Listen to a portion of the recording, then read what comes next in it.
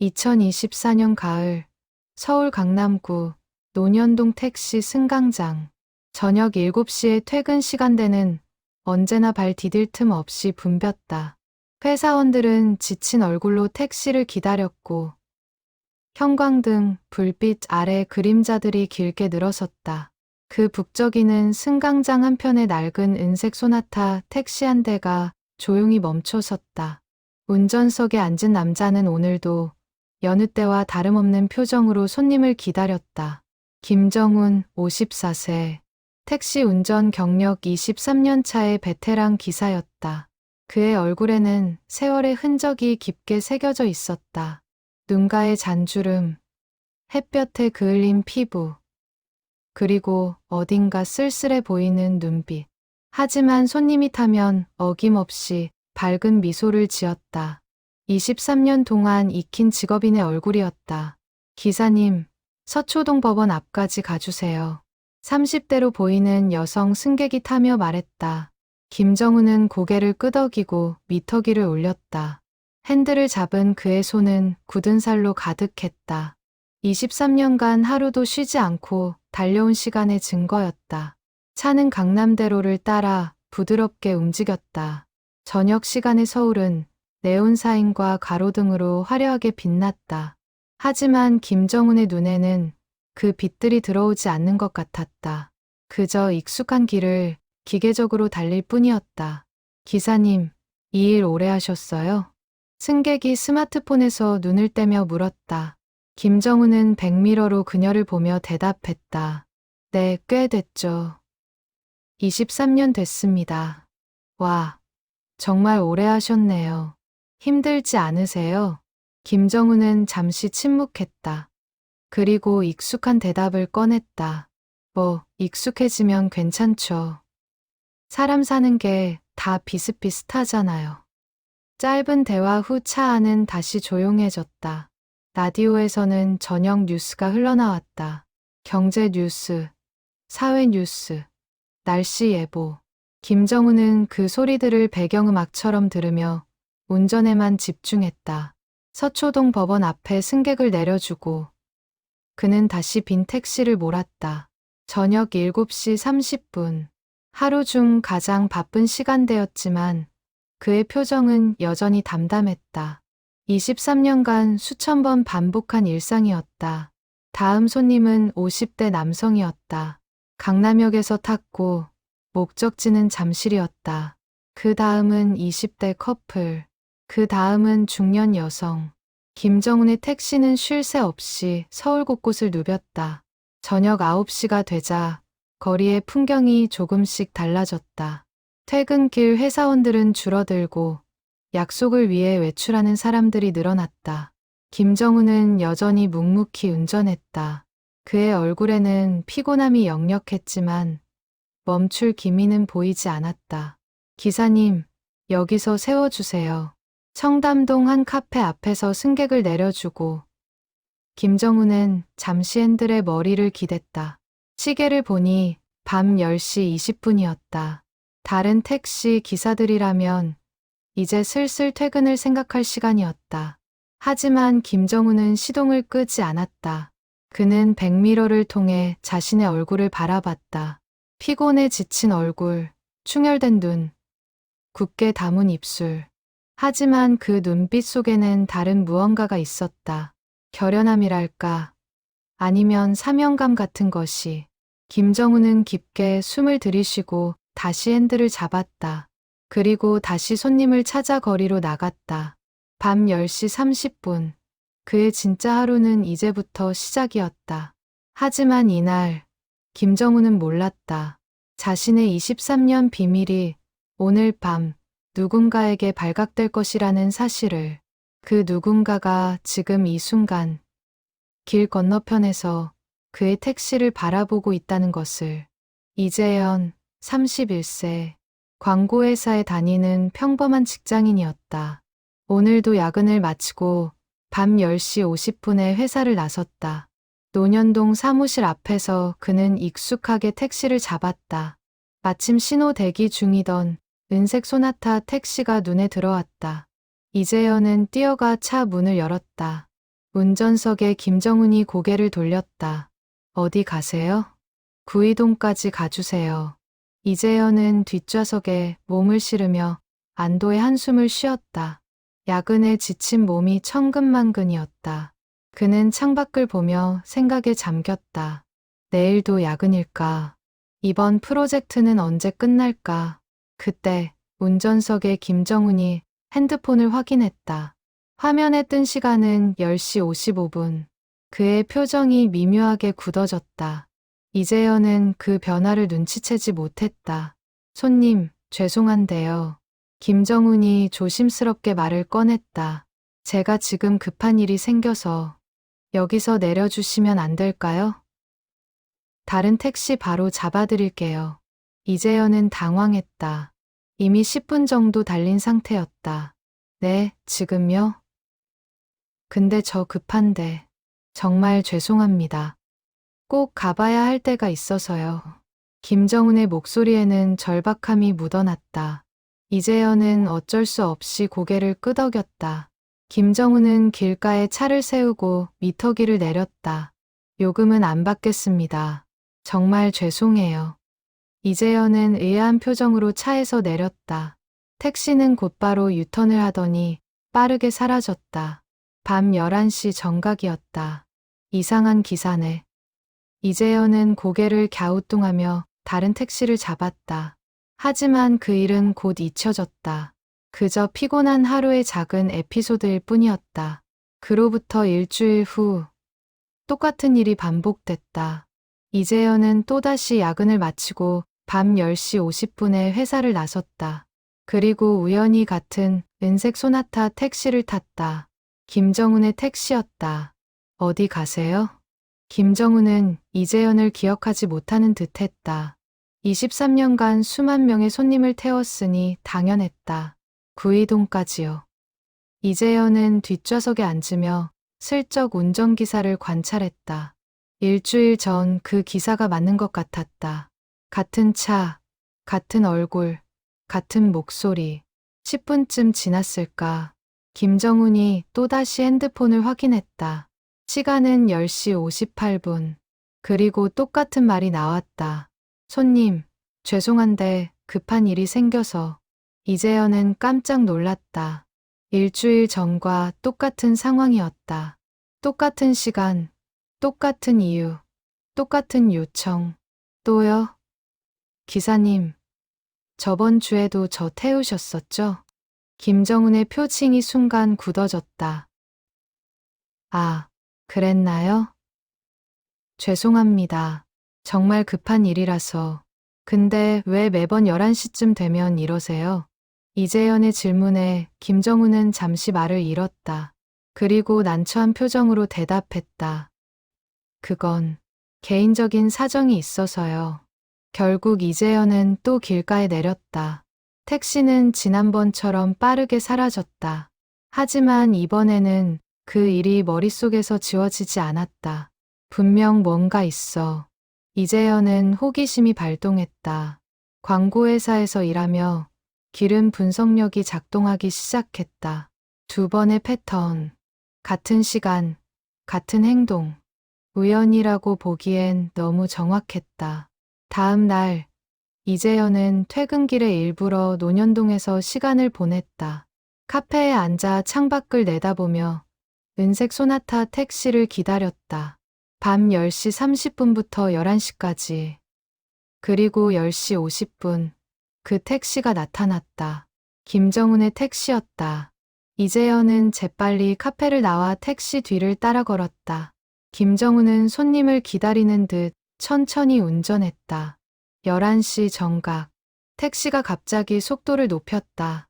승객도 없이 마치 약속된 시간처럼 정확하게.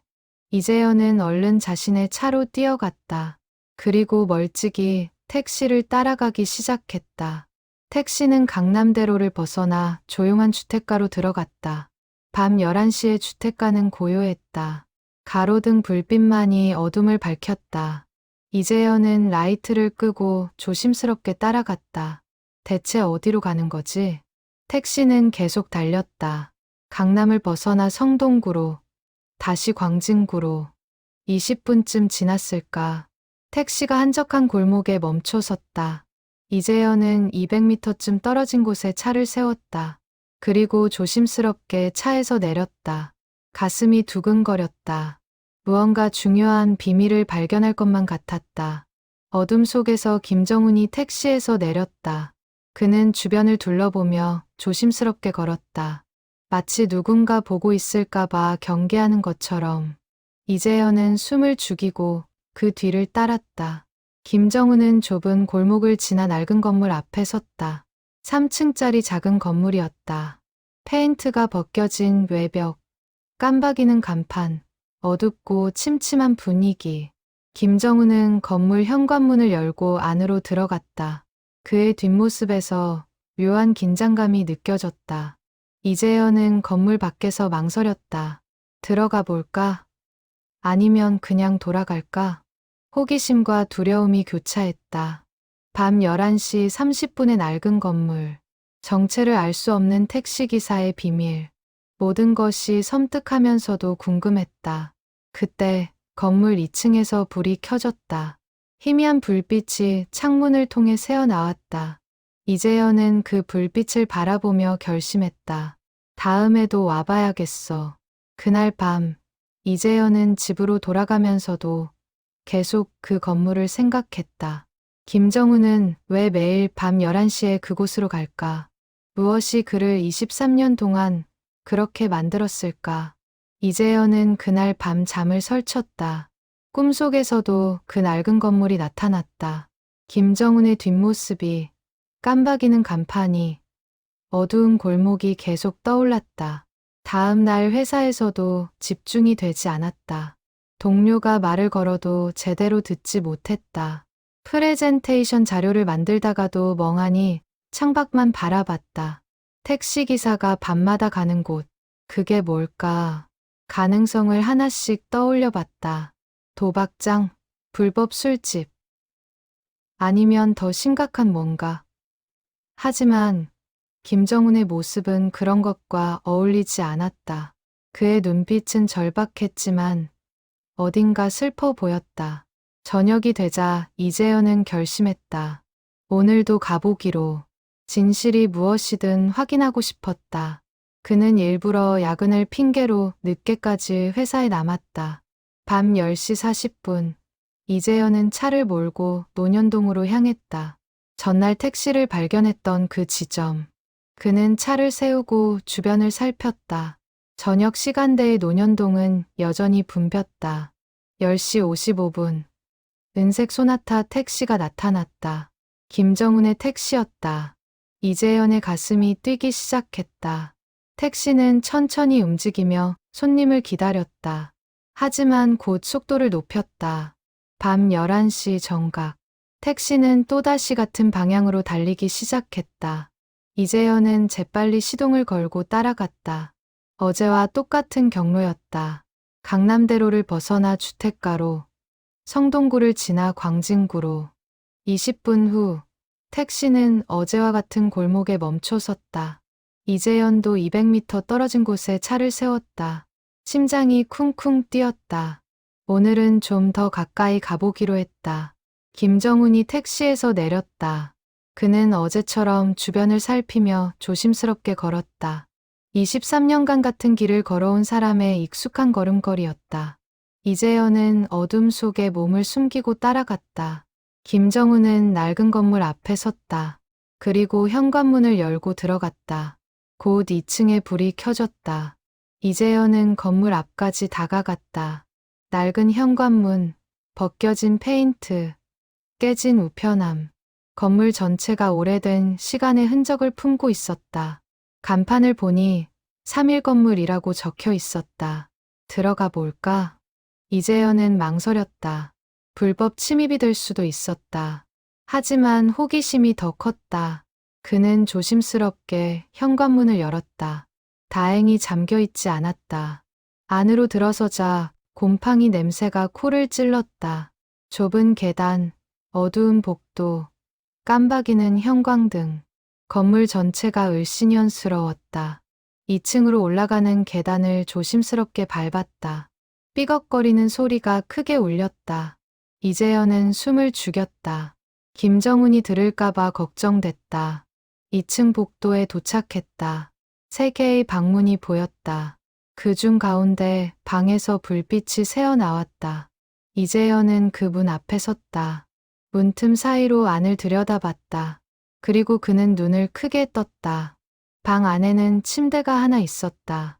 그 위에 누워있는 사람이 보였다. 노인이었다. 아주 나이 든 노인.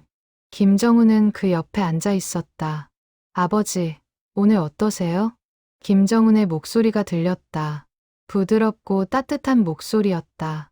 낮에 손님들에게 보이던 그 목소리와는 완전히 달랐다. 노인은 대답하지 못했다. 그저 희미하게 눈을 깜박일 뿐이었다. 김정훈은 노인의 손을 잡고 조용히 말을 이었다. 오늘도 손님 많이 태웠어요. 다들 친절하시더라고요. 이재현은 문틈 사이로 방 안을 더 자세히 관찰했다. 낡은 가구들, 오래된 사진들, 간단한 의료기구들, 그리고 침대 옆 탁자 위에 놓인 약병들. 김정훈은 노인의 이마를 쓰다듬으며 말했다. 내일은 제가 일찍 올게요. 날씨도 좋다는데 창문 좀 열어드릴게요. 노인은 여전히 반응이 없었다. 하지만 김정훈은 계속 말을 이었다. 마치 노인이 모든 걸 듣고 있다고 믿는 것처럼. 30분쯤 지났을까. 김정훈은 자리에서 일어났다. 노인의 이불을 정리하고 방 안을 둘러보고 창문을 확인했다. 그리고 천천히 문 쪽으로 걸어왔다. 이재현은 화들짝 놀라 계단 쪽으로 뛰었다. 신발 소리를 죽이며 1층으로 내려갔다. 심장이 터질 듯 뛰었다. 건물 밖으로 나와 어둠 속에 몸을 숨겼다. 잠시 후 김정훈이 건물에서 나왔다. 그의 얼굴에는 깊은 피로가 서려 있었다. 하지만 동시에 평온함도 느껴졌다. 해야 할 일을 마친 사람의 얼굴이었다. 김정훈은 택시로 돌아갔다. 시동을 걸고 천천히 사라졌다. 자정이 넘은 시각이었다. 이재현은 그 자리에 한동안 서 있었다. 머릿속이 복잡했다. 방금 본 장면이 무엇을 의미하는지 곰곰이 생각했다. 아버지를 돌보고 있었어. 매일 밤 11시, 23년 동안 택시 운전을 마치고 달려가는 곳. 그곳은 범죄 조직도 도박장도 아니었다. 그저 늙은 아버지가 누워있는 방이었다. 이재현은 가슴이 먹먹해졌다. 김정훈의 삶이 눈앞에 그려졌다.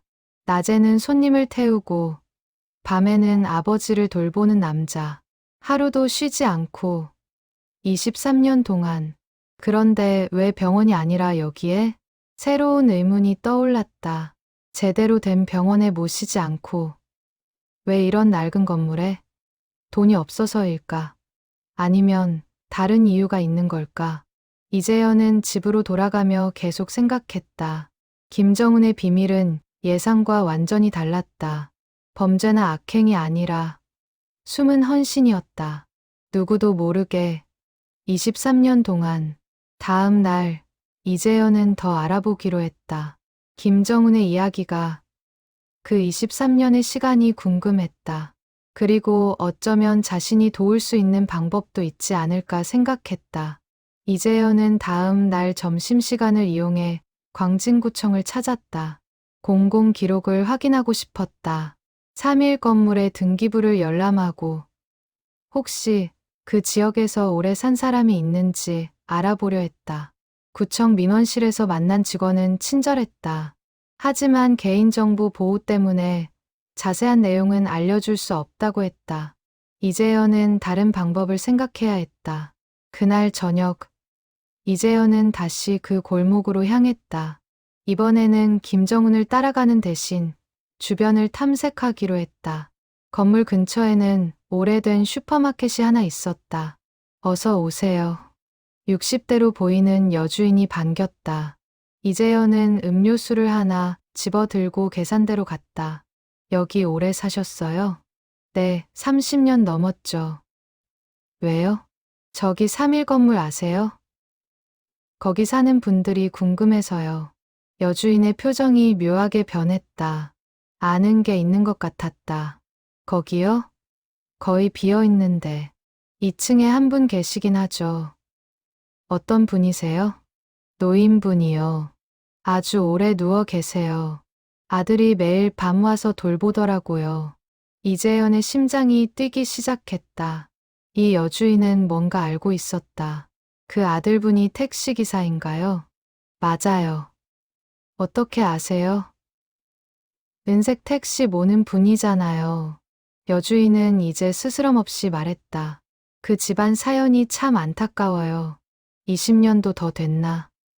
무슨 일이 있었어요? 여주인은 한숨을 쉬었다. 그리고 조심스럽게 이야기를 시작했다. 그분 아버지가요. 교통사고를 당하셨대요. 2002년쯤인가?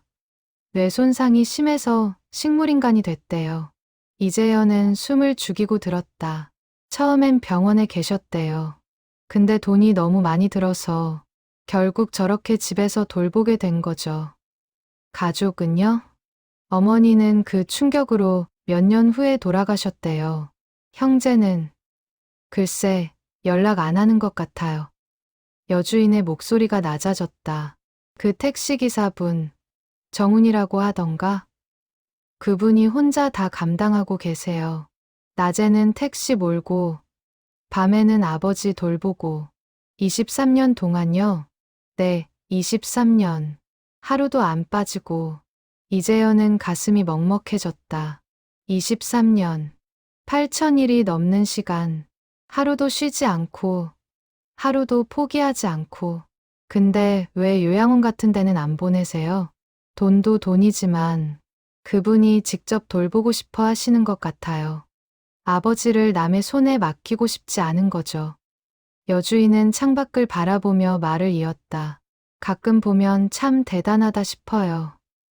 저 나이에 혼자서 주변에서 돈 모아서 도와주자는 말도 했는데 안 받으시더라고요. 자기 일은 자기가 한다고. 이재현은 슈퍼를 나오며 김정훈을 떠올렸다. 그 피곤한 얼굴, 굳은 살 가득한 손, 충혈된 눈, 모든 게 이해됐다. 23년의 무게가. 다음 날도, 그 다음 날도 이재현은 김정훈을 생각했다. 회사에서 일하면서도, 집에서 쉬면서도 그의 이야기가 머릿속을 떠나지 않았다. 나라면 할 수 있을까? 이재현은 자문했다.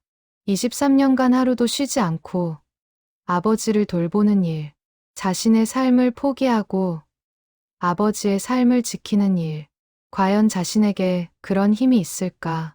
일주일 후, 이재현은 다시 그 골목을 찾았다. 이번에는 밤 11시가 아니라 낮 시간이었다. 3일 건물을 자세히 보고 싶었다. 햇빛 아래의 건물은 밤보다 더 낡아 보였다. 벗겨진 페인트, 금간 벽, 녹슨 난간. 하지만 2층 창문은 깨끗하게 닫혀 있었다. 김정훈이 정성껏 관리하는 흔적이었다.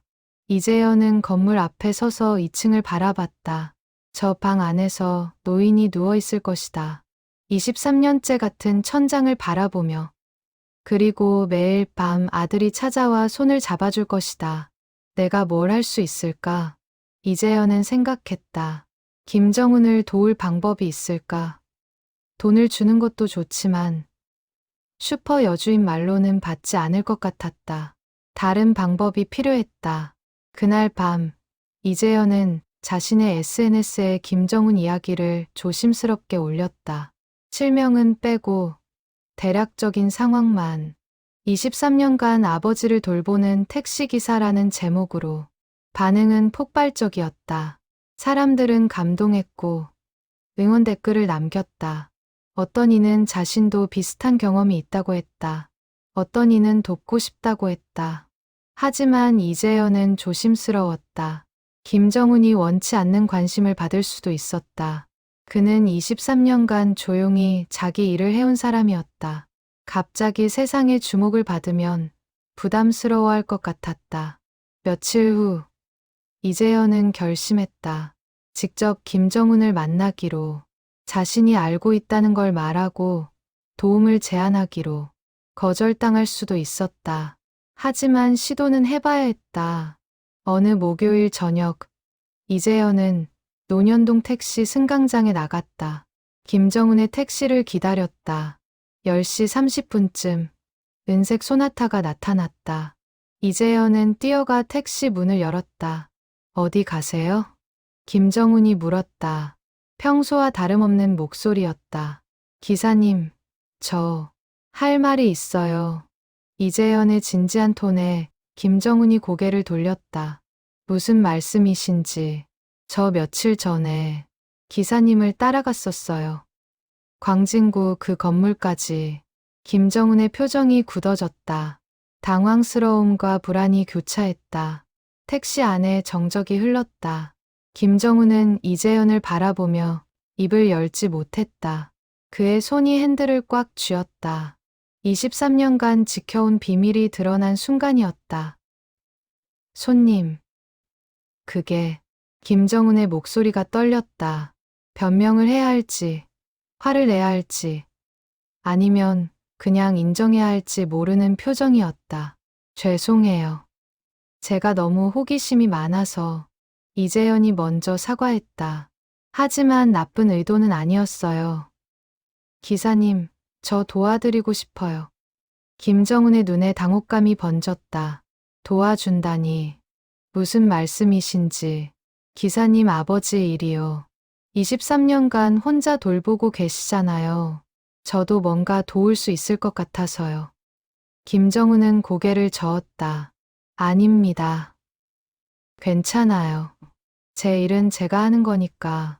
하지만 기사님, 23년이에요. 혼자서 너무 오래 버티신 거 아닌가요? 이재현의 말에 김정은은 한동안 침묵했다.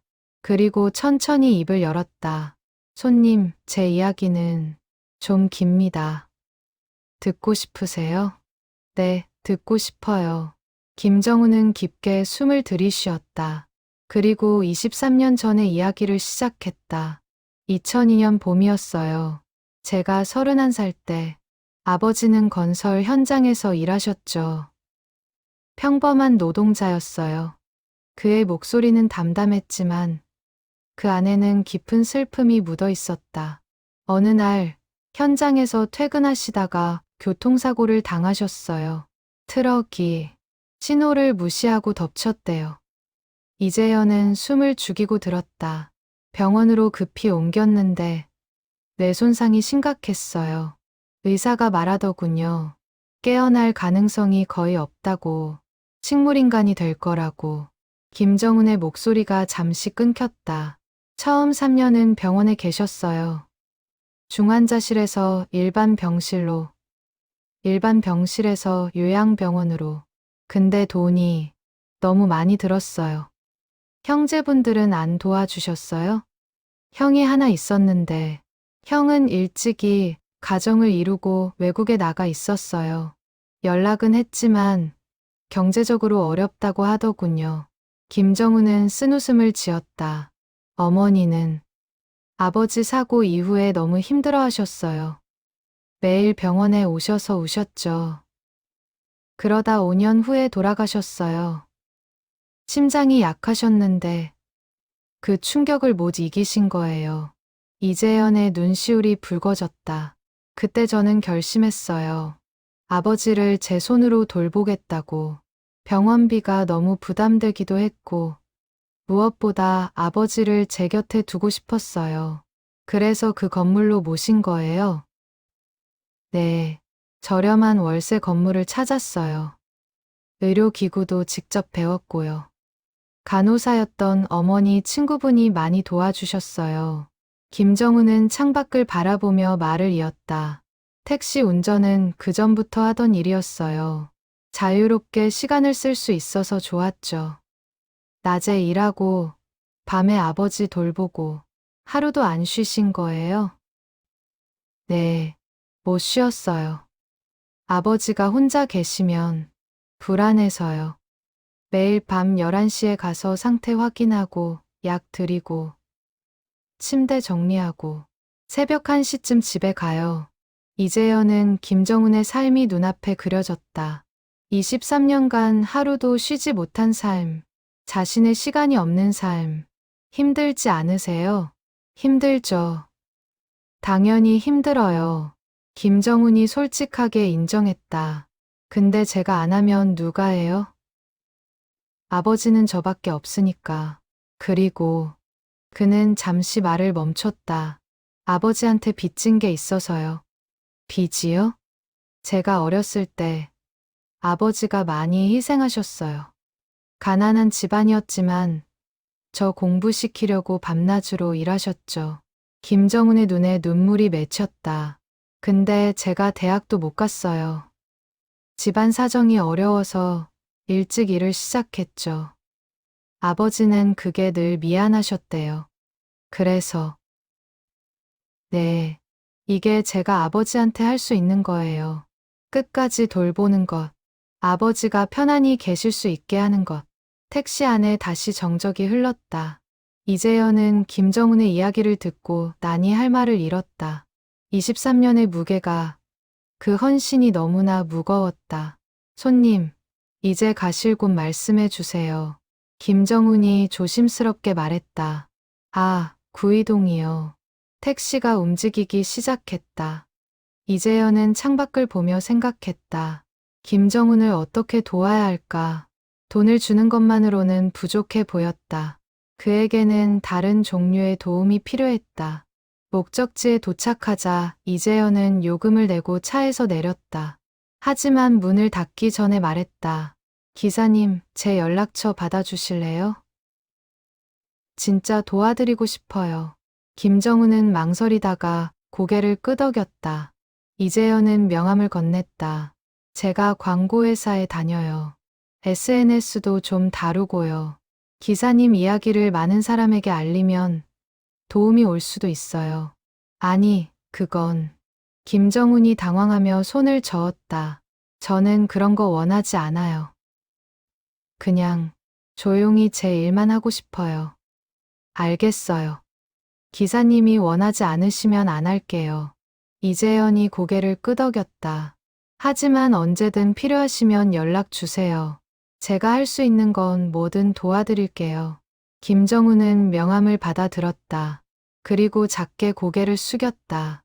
고맙습니다. 근데 왜 그러세요? 남 일인데. 남 일이 아니에요. 이재현이 진지하게 대답했다. 기사님 같은 분이 있다는 게 저한테는 큰 의미예요. 세상이 아직 괜찮다는 걸 보여주시잖아요. 택시가 떠났다. 이재현은 그 뒷모습을 보며 다짐했다. 어떻게든 김정은을 도와야겠다고. 23년의 헌신이 헛되지 않게. 그가 조금이라도 편해질 수 있게.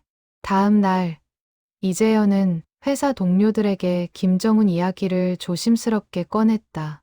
점심시간, 식당에서였다. 있잖아. 내가 요즘 알게 된 택시기사가 있는데. 동료들은 관심을 보였다. 이재현은 실명을 빼고 대략적인 상황만 설명했다. 23년간 아버지를 돌보는 택시기사. 하루도 쉬지 않는 헌신. 와, 대단하다. 나라면 못할 것 같은데. 우리가 뭔가 도와줄 수 있을까? 동료들의 반응은 뜨거웠다. 이재현은 조심스럽게 제안했다. 우리 회사에서 작은 캠페인을 해보면 어떨까? 이런 분들을 응원하는 거. 광고회사니까 할 수 있잖아. 팀장이 고개를 끄덕였다. 좋은 생각인데 본인 동의가 필요하겠네. 괜히 부담 줄 수도 있으니까. 네, 제가 조심스럽게 물어볼게요. 그날 저녁, 이재현은 김정은에게 전화했다. 명함에 적힌 번호로. 여보세요? 김정은의 목소리가 들렸다. 조금 놀란 것 같았다. 기사님, 저 어제 택시 탔던 이재현이에요. 아, 네. 무슨 일이세요? 제가 회사 동료들한테 기사님 이야기를 조금 했어요. 다들 감동받았고 도와주고 싶다고 해요. 전화 너머로 김정은이 한숨 쉬는 소리가 들렸다. 손님, 고맙긴 한데 저는 정말 괜찮아요. 그냥 제 일할 뿐이에요. 알아요. 근데 기사님, 작은 도움이라도 받으시면 안 될까요? 부담 안 되는 선에서요. 김정우는 잠시 침묵했다. 예를 들면요? 아버지 간병에 필요한 물품이라든지 의료기구 같은 거요. 아니면 식사 배달 같은 것도 좋고요. 그런 건 제가 다 하고 있어서요. 근데 혼자 하시기 힘드실 텐데. 이재현이 조심스럽게 말했다. 기사님, 23년이에요. 한 번쯤은 쉬셔야 하지 않을까요? 전화 너머로 긴 침묵이 흘렀다. 그리고 김정은의 목소리가 들렸다. 조금 떨리는 목소리였다. 솔직히 피곤하긴 해요. 요즘 몸도 예전 같지 않고. 그럼 우리가 조금 도와드려도 될까요? 근데 저한테 왜 그러시는 거예요? 손님은 저랑 남인데. 이재현은 잠시 생각했다. 그리고 솔직하게 대답했다. 제 아버지도 몸이 안 좋으세요. 당뇨 때문에 고생하시거든요. 근데 저는 바쁘다는 핑계로 자주 못 뵈러 가요. 그의 목소리가 낮아졌다. 기사님 보면서 생각했어요. 저도 저렇게 할 수 있을까? 아버지를 위해 23년을 바칠 수 있을까? 손님, 그래서요. 기사님을 돕는 게 저한테도 의미가 있어요. 제가 못하는 걸 대신 해주시는 기분이랄까. 김정우는 긴 한숨을 쉬었다. 알겠습니다. 그럼 작은 것부터 시작해 볼까요? 이재현은 기뻤다. 작은 시작이지만 의미 있는 첫걸음이었다. 다음 주부터 변화가 시작됐다. 이재현과 동료들은 김정훈의 일정을 파악했다. 그리고 매주 금요일마다 저녁 식사를 배달하기로 했다. 김정훈과 아버지를 위한 식사. 첫 금요일, 이재현은 직접 음식을 들고 3일 건물을 찾았다. 밤 11시, 김정훈이 도착하는 시간에 맞춰서 손님, 여기 어떻게? 김정훈이 놀라며 물었다. 식사 가져왔어요. 기사님과 아버님 드실 수 있게요. 이재현은 도시락 2개를 건넸다. 따뜻한 국과 반찬이 담긴 정성스러운 식사였다. 이건 너무 과분한데요. 아니에요. 매주 금요일마다 가져다 드릴게요. 부담 갖지 마세요. 김정훈의 눈이 붉어졌다. 그는 도시락을 받으며 작게 말했다. 고맙습니다. 정말 천만에요. 기사님이 더 고마우신 분이에요. 그날 밤, 이재현은 김정훈과 함께 2층 방으로 올라갔다. 노인은 여전히 침대에 누워 있었다. 눈을 감은 채 조용히 숨을 쉬고 있었다. 아버지, 오늘은 손님이 오셨어요. 김정훈이 부드럽게 말했다.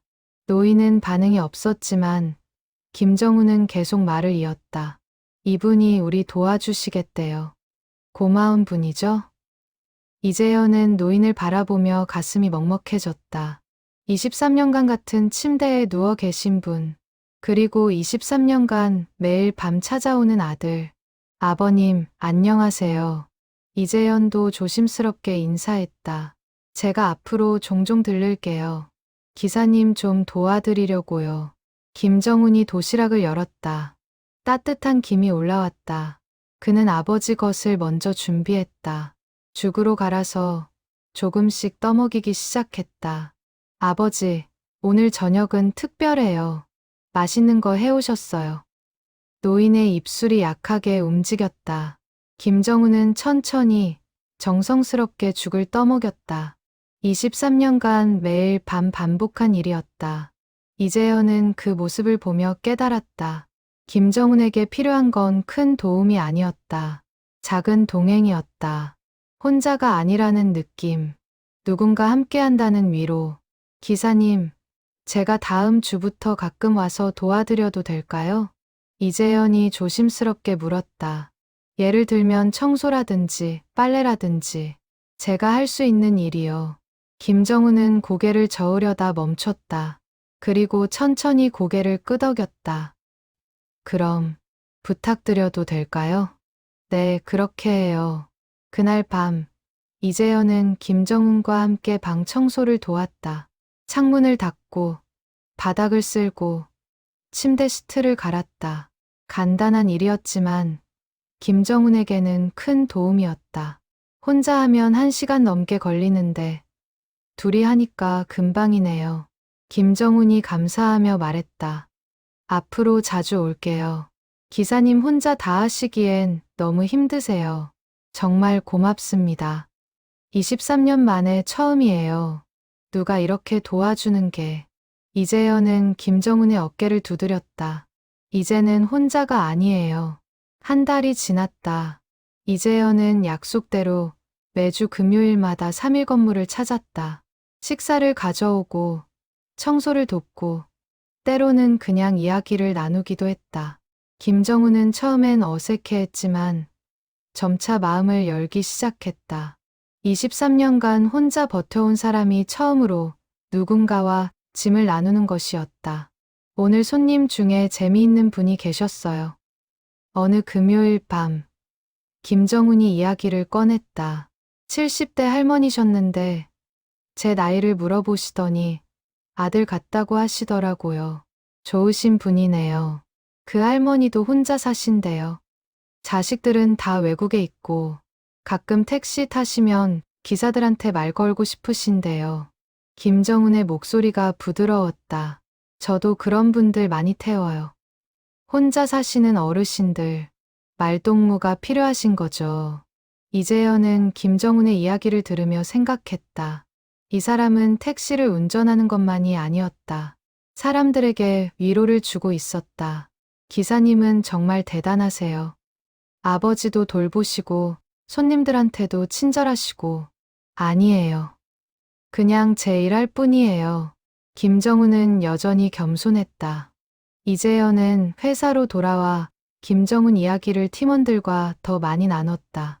그리고 작은 프로젝트를 제안했다. 우리 숨은 영웅 찾기 캠페인 해볼까요?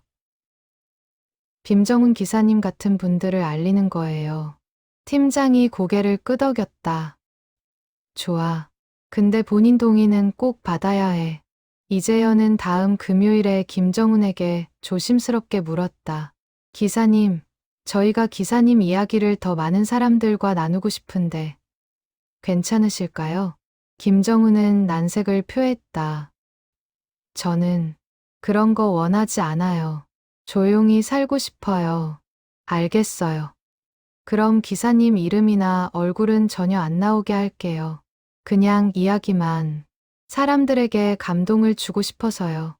김정은은 잠시 생각하다 고개를 끄덕였다. 그 정도라면 괜찮아요. 이재현은 회사로 돌아가 캠페인을 시작했다. 영상을 만들었다. 택시의 모습, 밤의 서울, 낡은 건물, 그리고 나레이션. 어느 택시기사의 23년, 매일 밤 11시, 그는 사라집니다. 아버지를 만나러 하루도 쉬지 않고 23년째. 영상은 SNS에서 빠르게 퍼졌다. 사람들은 감동했고 댓글을 남겼다. 눈물 나네요. 세상에 이런 분이 계시다니. 나도 부모님께 더 잘해야겠어요. 조회수는 하루 만에 10만을 넘었다. 일주일 후에는 100만을 돌파했다. 사람들은 김정은의 이야기에 깊이 공감했다. 이재현은 김정은에게 그 사실을 알렸다. 기사님, 사람들이 기사님 이야기에 엄청 감동받았어요. 많은 분들이 응원 메시지를 보내셨어요. 김정은은 놀랐다. 정말요? 제 이야기가요? 네. 기사님 이야기가 많은 사람들한테 위로가 됐어요. 자기 부모님 생각하게 됐다고요. 김정은의 눈이 촉촉해졌다. 저는 그냥 당연한 걸 했을 뿐인데. 그게 당연하지 않아요. 기사님. 그래서 더 대단한 거예요. 영상이 퍼지면서 도움의 손길도 이어졌다. 한 의료기기 회사에서 최신 간병 기구를 무료로 제공하겠다고 연락했다. 어떤 식당에서는 매달 식사를 지원하겠다고 했다. 이재현은 모든 제안을 정리해서 김정훈에게 전달했다. 기사님, 이렇게 많은 분들이 도와주고 싶어 하세요. 김정훈은 놀라움과 감사함을 동시에 느꼈다. 이렇게까지 제가 받아도 되는 건가요? 당연하죠. 기사님이 23년간 하신 일, 그만한 가치가 있어요. 김정훈은 조심스럽게 도움을 받기 시작했다. 새로운 침대, 편한 휠체어, 최신 산소 공급 장치. 아버지의 환경이 조금씩 나아졌다. 아버지, 이제 좀 더 편해지실 거예요. 김정훈은 아버지에게 말했다. 노인은 여전히 반응이 없었지만 김정훈은 분명히 느낄 수 있었다. 공기가 달라졌다는 것을. 한 달 후, 이재현은 김정훈과 함께 저녁을 먹으며 이야기를 나눴다. 기사님, 요즘 어때요? 조금 나아지셨어요? 네, 많이 나아졌어요. 혼자가 아니라는 게 이렇게 큰 힘이 될 줄 몰랐어요. 김정훈의 얼굴에 미소가 번졌다.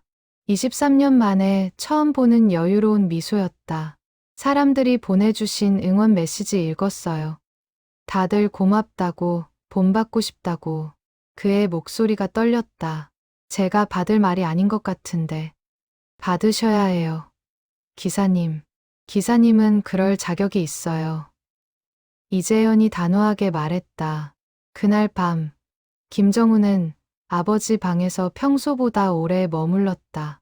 아버지의 손을 잡고 조용히 이야기했다. 아버지, 요즘 좋은 사람들 많이 만났어요. 저희를 도와주시는 분들이 많아요. 노인은 여전히 반응이 없었다.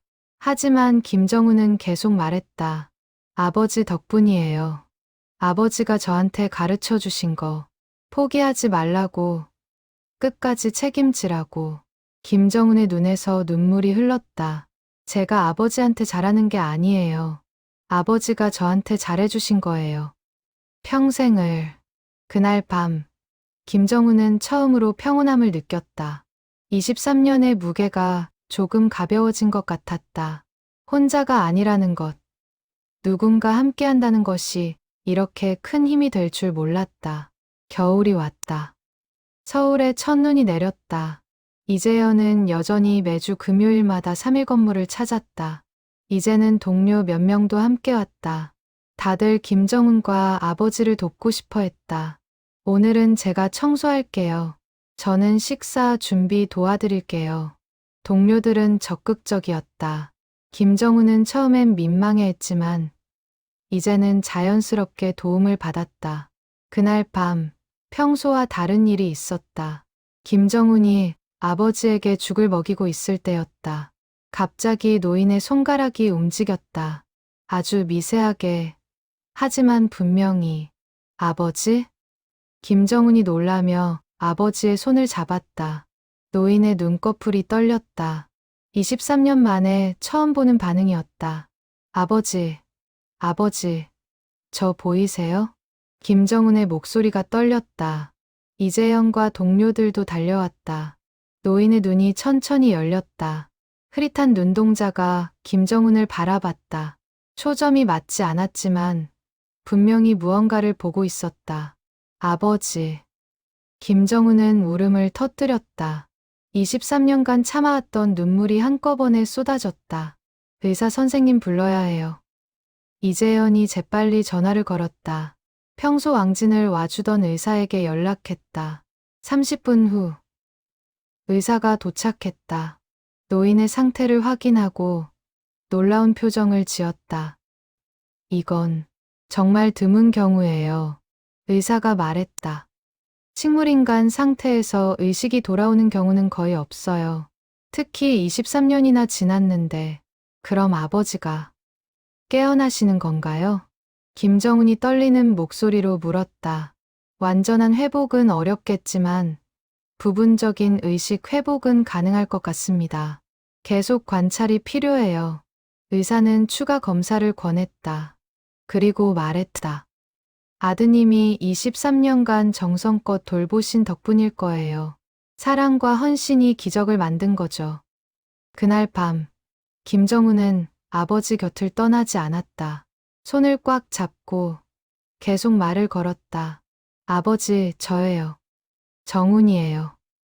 23년 만에 아버지 눈 봐요. 노인의 눈은 여전히 초점이 흐릿했다. 하지만 김정훈을 향해 있었다. 그리고 입술이 미세하게 움직였다. 훈. 희미한 소리였다. 거의 들리지 않는 목소리. 하지만 분명히 아들의 이름을 부르는 소리였다. 김정훈은 아버지를 꼭 껴안았다. 네, 아버지. 저예요. 항상 여기 있었어요. 이재현과 동료들도 눈물을 흘렸다. 23년의 헌신이 마침내 보상받는 순간이었다. 다음 날, 이재현은 이 소식을 SNS에 올렸다. 물론 김정은의 동의를 받고 23년을 기다린 택시기사, 아버지의 눈을 다시 보다. 게시글은 순식간에 퍼졌다. 수십만 명이 좋아요를 눌렀고 수천 개의 댓글이 달렸다. 기적이네요. 사랑이 이긴 거예요. 울면서 읽었어요. 사람들은 김정은의 이야기에 더욱 깊이 감동했다. 그리고 더 많은 도움이 이어졌다. 한 대형 병원에서 연락이 왔다. 노인을 무료로 입원시켜 치료하겠다고 했다. 최고의 의료진이 최선을 다하겠다고 약속했다. 김정은은 처음엔 망설였다. 병원비가 제가 감당할 수 있을까요? 전액 무료입니다. 저희 병원이 후원하는 거예요. 병원 측의 답변이었다. 김정은 씨의 헌신에 감동받았습니다. 이제 저희가 도울 차례예요. 김정은은 감사의 눈물을 흘렸다. 일주일 후, 아버지는 대학병원으로 이송됐다. 최신 시설, 전문 의료진, 완벽한 치료 환경. 23년 만에 제대로 된 치료를 받게 됐다. 김정은은 매일 병원을 찾았다. 여전히 밤 11시에. 하지만 이제는 혼자가 아니었다.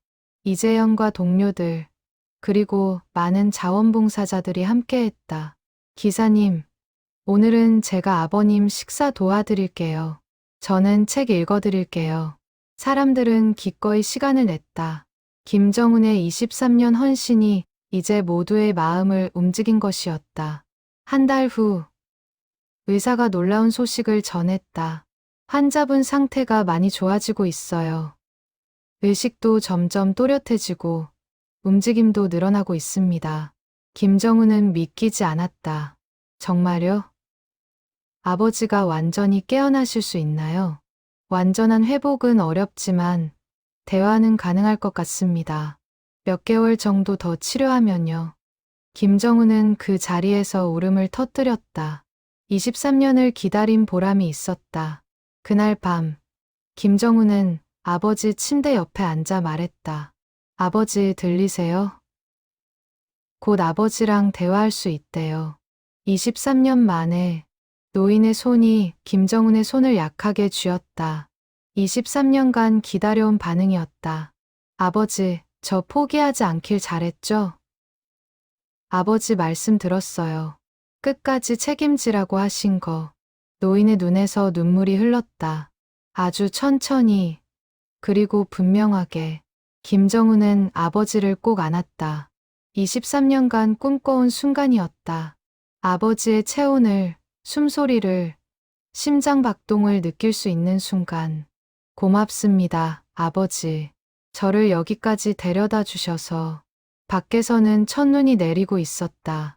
하얀 눈이 서울을 덮었다. 마치 새로운 시작을 알리는 것처럼 봄이 왔다. 벚꽃이 피고 따뜻한 바람이 불었다. 김정은의 아버지는 놀랍게도 계속 회복했다. 간단한 단어를 말할 수 있게 됐고 손과 발도 조금씩 움직였다. 정훈아. 아버지가 아들의 이름을 불렀다. 23년 만에 듣는 아버지의 목소리였다. 약하고 떨렸지만 분명한 목소리였다. 네, 아버지. 김정은은 아버지의 손을 잡고 대답했다. 하다. 아니에요. 아버지. 미안할 거 없어요. 너 고생했다. 아버지의 눈에서 눈물이 흘렸다. 23년간의 미안함이 담긴 눈물이었다. 아버지 덕분에 제가 성장했어요. 아버지가 저한테 가르쳐 주신 거 평생 잊지 않을 거예요. 김정은도 울었다. 하지만 이제는 슬픔의 눈물이 아니었다. 감사와 기쁨의 눈물이었다. 한편 김정은의 이야기는 계속 퍼졌다. 언론에서도 관심을 보였다. 한 방송국에서 다큐멘터리를 만들겠다고 제안했다. 이재현이 김정은에게 물었다. 기사님, 방송 출연하시겠어요? 거절하셔도 돼요. 김정은은 잠시 생각했다. 제 이야기가 다른 사람들한테 도움이 될까요? 물론이죠. 기사님 이야기는 많은 사람들한테 희망을 줬어요. 그럼 해볼게요. 아버지도 좋아하실 것 같아요. 다큐멘터리 촬영이 시작됐다. 김정은의 하루를 따라갔다. 아침에 일어나 택시를 몰고 손님들을 태우고 저녁에 병원을 찾는 모습. 23년간 어떻게 포기하지 않으셨어요? 기자가 물었다. 포기할 생각은 안 해봤어요. 아버지가 저한테 해주신 게 너무 많아서요. 김정은의 대답은 담담했다. 그냥 당연한 거라고 생각했어요. 아버지가 절 키우실 때도 힘드셨을 텐데 한 번도 포기하지 않으셨잖아요. 다큐멘터리는 방송되자마자 큰 반향을 일으켰다. 시청률은 20%를 넘었고 재방송 요청이 쏟아졌다. 사람들은 김정은의 이야기에 깊이 공감했다. SNS에는 수많은 반응이 올라왔다. 우리 아버지한테 잘해야겠어요. 김정은 기사님 같은 분이 진짜 영웅이에요. 눈물 없이 못 봤어요. 더 놀라운 일도 일어났다. 사람들이 자신의 이야기를 나누기 시작한 것이다. 저도 어머니를 5년째 돌보고 있어요. 김정은 기사님 보고 힘 얻었어요. 저희 형이 장애가 있는데 부모님이 평생 돌보고 계세요. 김정은 기사님 이야기 보고 부모님 생각났어요. 김정은의 이야기는 단순한 감동을 넘어 사회적 대화를 만들어냈다. 가족의 의미, 헌신의 가치, 간병의 현실. 사람들은 이 주제에 대해 진지하게 이야기하기 시작했다. 정부도 움직였다. 간병인 지원 제도를 확대하겠다고 발표했다. 장기 간병 가족들을 위한 복지, 정책도 강화하기로 했다. 김정은 씨 같은 분들이 더 이상 혼자 고생하지 않도록 국가가 나서겠습니다. 복지부 장관의 말이었다. 김정은은 이 모든 변화가 믿기지 않았다. 제가 뭘 한 게 있다고. 기사님이 세상을 바꾼 거예요. 이재현이 말했다. 기사님의 23년 헌신이 많은 사람들한테 깨달음을 준 거예요. 가족의 소중함을, 헌신의 아름다움을. 김정은은 고개를 저었다. 저는 그냥 아버지를 사랑했을 뿐이에요. 그 사랑이 세상을 움직인 거예요. 기사님, 여름이 됐다. 김정은의 아버지는 더욱 좋아졌다. 이제는 간단한 대화도 가능했다. 휠체어에 앉아 햇빛도 쬐 수 있게 됐다. 정훈아, 고맙다. 어느 날 아버지가 분명하게 말했다. 너 때문에 내가 살았다. 아니에요, 아버지. 아버지 때문에 제가 살았어요. 김정훈이 아버지 손을 잡았다. 아버지가 저한테 가르쳐 주신 거 평생 간직할게요. 포기하지 말라고, 끝까지 사랑하라고. 아버지는 미소 지었다. 23년 만에 보는 아버지의 미소였다. 그날 저녁, 김정훈은 병원 옥상에 올라갔다. 이재현과 함께 서울의 야경이 펼쳐졌다. 수많은 불빛들이 반짝였다. 기사님, 후회 안 하세요? 23년이요. 이재현이 물었다. 김정은은 고개를 저었다. 한 번도 후회한 적 없어요. 그게 제 인생이었으니까. 그는 서울을 바라보며 말을 이었다. 저 밑에 있는 사람들, 다들 각자 이야기가 있겠죠. 누군가는 가족을 돌보고, 누군가는 꿈을 쫓고 누군가는 사랑을 지키고 김정은의 목소리는 평온했다. 저도 그중 하나였을 뿐이에요. 특별한 게 아니라 당연한 거였어요. 하지만 기사님 이야기가 많은 사람들한테 특별했어요. 그게 신기해요. 제가 한 게 뭐가 있다고. 이재현은 김정은의 어깨를 두드렸다. 기사님은 세상에 보여주신 거예요. 진짜 사랑이 뭔지를, 진짜 헌신이 뭔지를. 김정은은 미소 지었다. 23년간의 무게가 이제는 가벼웠다. 혼자가 아니라는 것, 많은 사람들이 함께한다는 것이 이렇게 큰 힘이 될 줄 몰랐다. 고맙습니다. 손님이. 아니, 이재현 씨가 없었으면 저는 계속 혼자였을 거예요. 천만에요. 저야말로 기사님한테 많이 배웠어요. 두 사람은 서울의 야경을 바라보며 한동안 말이 없었다. 하지만 그 침묵은 편안했다. 이해와 존중으로 가득한 침묵이었다. 가을이 또 왔다. 김정은이 아버지를 돌본 지 24년째였다. 하지만 이제는 모든 것이 달랐다. 아버지는 재활 치료를 꾸준히 받으며 더욱 좋아졌다. 이제는 짧은 문장도 말할 수 있었고, 휠체어로 병원 정원을 산책할 수도 있었다. 날씨 좋다. 아버지가 햇살을 받으며 말했다. 네, 정말 좋아요. 김정은은 휠체어를 밀며 대답했다. 24년 전, 사고가 났던 바로 그 계절. 하지만 이제는 슬픔이 아니라 감사함이 느껴졌다. 정훈아, 너 꿈이 뭐였지? 아버지가 갑자기 물었다. 꿈이요? 어렸을 때 너 사진 찍는 거 좋아했잖아. 김정훈은 놀랐다. 아버지가 그걸 기억하고 계실 줄은 몰랐다. 맞아요. 고등학교 때 사진반이었어요. 사진작가 되고 싶다고 했었지. 아버지의 기억은 천천히 돌아오고 있었다. 네, 그랬어요. 근데 집안 사정이 미안하다. 내가 너 꿈 못 이루게 했네. 아니에요, 아버지. 김정훈이 휠체어를 멈추고 아버지 앞에 앉았다. 저는 다른 꿈을 이뤘어요. 아버지를 지키는 것. 그게 제 진짜 꿈이었어요. 아버지의 눈에 눈물이 맺혔다. 이제라도 사진 찍어라. 내 꿈 이루어라. 아버지. 아빠가 허락한다. 아니, 부탁한다. 내 인생도 살아라. 김정훈은 아버지를 꼭 안았다. 24년 만에 듣는 아버지의 허락이었다. 그날 저녁, 김정훈은 이재현에게 전화했다. 저 사진 배우고 싶은데요. 어디서 배울 수 있을까요? 이재현은 기뻤다. 정말요? 좋아요. 제가 아는 사진작가 선배 있어요. 소개해 드릴게요. 일주일 후, 김정훈은 생애 처음으로 제대로 된 카메라를 손에 쥐었다. 이재현이 선물한 카메라였다. 기사님, 이제 세상을 담아보세요. 기사님이 본 아름다움을. 김정훈은 카메라를 들고 서울거리를 걸었다. 24년간 택시로만 봤던 풍경을 이제는 카메라로 담았다. 첫 작품은 아버지였다. 병원 정원에서 햇살을 받으며 미소 짓는 아버지. 김정훈은 그 순간을 영원히 기록했다. 좋은 사진이네요. 사진작가 선배가 칭찬했다. 사랑이 느껴져요. 24년간의 사랑이.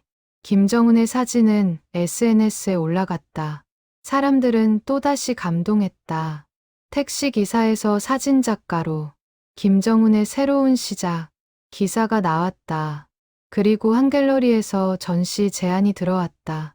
기사님 사진으로 전시회를 열고 싶어요. 24년의 사랑이라는 제목으로. 김정훈은 믿기지 않았다. 제가요? 이제 막 시작한 사람인데. 기사님 사진에는 다른 사람들이 담지 못하는 게 있어요. 진심이요. 전시회는 대성공이었다. 수백 명이 찾아왔고 많은 사진이 팔렸다. 수익금은 전액 간병 가족들을 돕는 데 쓰기로 했다. 저도 누군가 덕분에 여기까지 왔으니까요. 김정훈의 말이었다. 전시회 오픈 날 아버지도 휠체어를 타고 왔다. 24년 만에 처음 나들이였다. 자랑스럽다. 정훈아. 아버지가 아들의 사진들을 보며 말했다. 너 정말 잘했다. 김정훈은 아버지 손을 잡았다. 다 아버지 덕분이에요. 아버지가 저한테 인내를 가르쳐 주셨어요. 사랑을 가르쳐 주셨어요. 전시회장에는 이재현도 있었다. 그리고 처음 슈퍼여주인, 병원 의사, 자원봉사자들도 모두 왔다. 김정훈 기사님, 축하드려요. 사람들이 박수를 보냈다. 김정훈은 그들 모두에게 감사했다. 24년의 여정을 함께 해준 모든 사람들에게. 그날 밤, 전시회가 끝나고 김정훈은 아버지와 함께 병원으로 돌아왔다. 아버지를 침대에 눕히고 이불을 덮어드렸다. 아버지, 오늘 즐거우셨어요? 응, 행복했다. 아버지가 아들의 손을 잡았다. 정훈아, 고맙다. 너 때문에 나 다시 살았다. 저도 고마워요. 아버지, 아버지 덕분에 제가 여기 있어요. 아버지는 미소 지으며 눈을 감았다. 평온한 얼굴이었다. 김정훈은 아버지를 보며 생각했다. 24년의 여정. 힘들었지만 후회 없는 시간. 그리고 이제 새로운 시작. 창밖으로 가을 달이 떠올랐다. 은은한 달빛이 방 안을 비췄다. 김정훈은 카메라를 들어 그 순간을 담았다. 아버지의 평온한 얼굴, 달빛, 그리고 24년의 사랑. 이재현은 그날 밤 김정훈에게 문자를 보냈다. 기사님, 오늘 정말 멋지셨어요. 기사님 이야기는 앞으로도 많은 사람들한테 힘이 될 거예요. 김정훈은 답장했다. 고맙습니다. 모두 당신 덕분이에요. 혼자가 아니라는 걸 알려주셔서. 그날 밤, 서울의 수많은 집에서 김정훈의 이야기가 회자됐다. 우리도 부모님한테 잘해야지. 김정훈 기사님 정말 대단하시다. 24년. 나라면 할 수 있을까? 김정훈의 이야기는 단순한 감동을 넘어 사람들의 삶을 변화시켰다. 가족을 더 소중히 여기게 됐고, 헌신의 가치를 깨달았고, 포기하지 않는 힘을 배웠다. 그리고 김정훈 자신도 변했다.